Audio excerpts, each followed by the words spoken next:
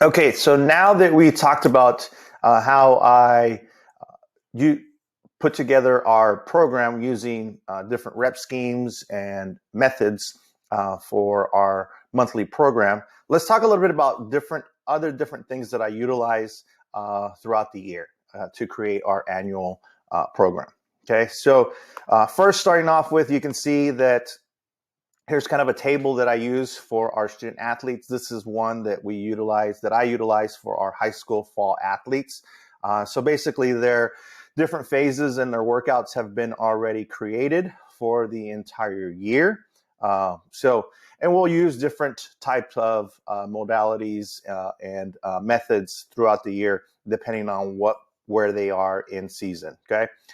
Let's talk a little bit about some of those things too. Okay, so here's the table, but here are some things that we also utilize. Okay, so progressive overload for our core lifts. Here's an example of what 4 months would look like for our progressive overload. So the way we do it is for each month, I tell our student athletes that make sure that they're hitting all their lifts on all their reps. If they can hit all their lifts and all their reps, then they move up to a progressive overload such as this. So for example, if their max is 350 and they hit all their reps for that month, then they move up to 360. Okay.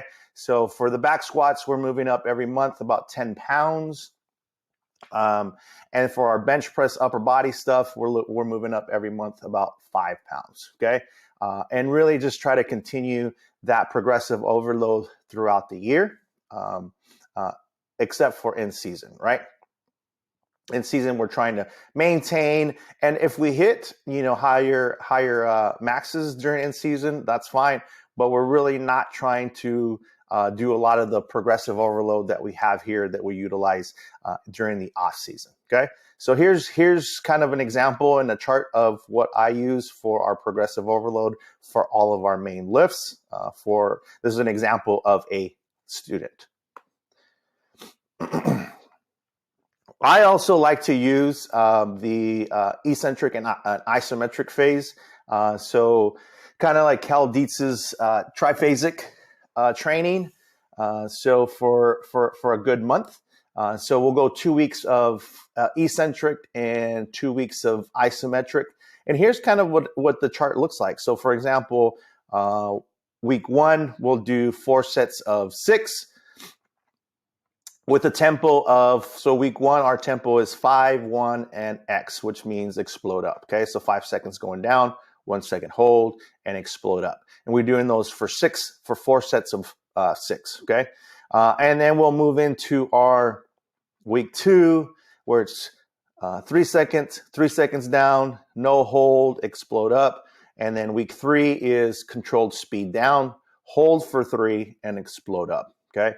And week 4 is controlled speed down. We're really trying to, with our isometric, we're really trying to create force and be able to absorb that force. So the theory is the more force that you can absorb, the more force that you can produce, right?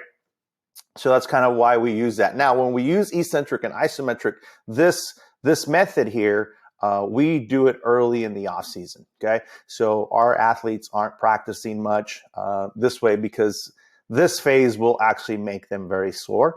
But I think it's a very, very important phase that we utilize for our student athletes. So there's an example of day 1.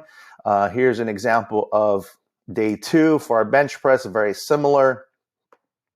And then our power cleans, we obviously don't do the isometric and eccentric for that lift, right?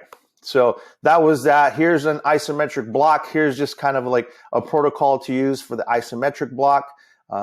So 4 to 5 seconds. The load is on the left-hand side, and rep schemes and sets are on the right-hand side. Okay, so this is just kind of like recommended parameters that I use for isometric, and here's one for our eccentric block. So I use this table when I put together our workout for that phase. Okay. Other things that we use is bar velocity. So we will measure bar velocity just to kind of make sure, give our students a good feedback of what it means to move the bar quickly. So we, we really like to teach, our kids, the importance of bar speed and how that will also improve not just their power, but also their strength, correct? So we educate our athletes on bar velocity methods. And then we also utilize contrast and complex training in the preseason and in the in-season. So basically what we're doing is really just kind of supercharging the nervous system for our student athletes to where we can create a little more power and force. And here are some in-season training protocols that we use. So our student athletes, even in season, they will lift. Okay, so but here's a protocol that we'll follow. So like say, for example, we'll get a lot of student athletes, oh, hey, coach, I've got a game today. I can't lift. I'm like, no, that's not the way it works anymore, right? So maybe you got away with it before, but not anymore. So here's your protocol.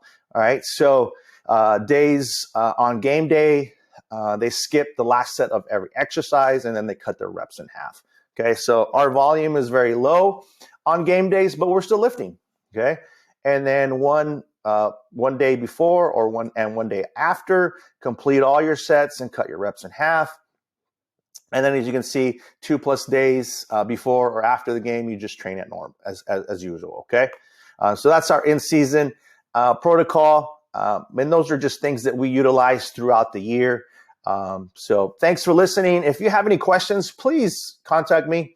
I'm willing to share whatever I have, but please let me know if you have any questions. Like to help me out, like for me to help you create a strength and conditioning program, or just give you some ideas, or maybe you want to bounce some ideas off of me of what you guys do. Okay, thanks for listening, and we'll talk to you soon.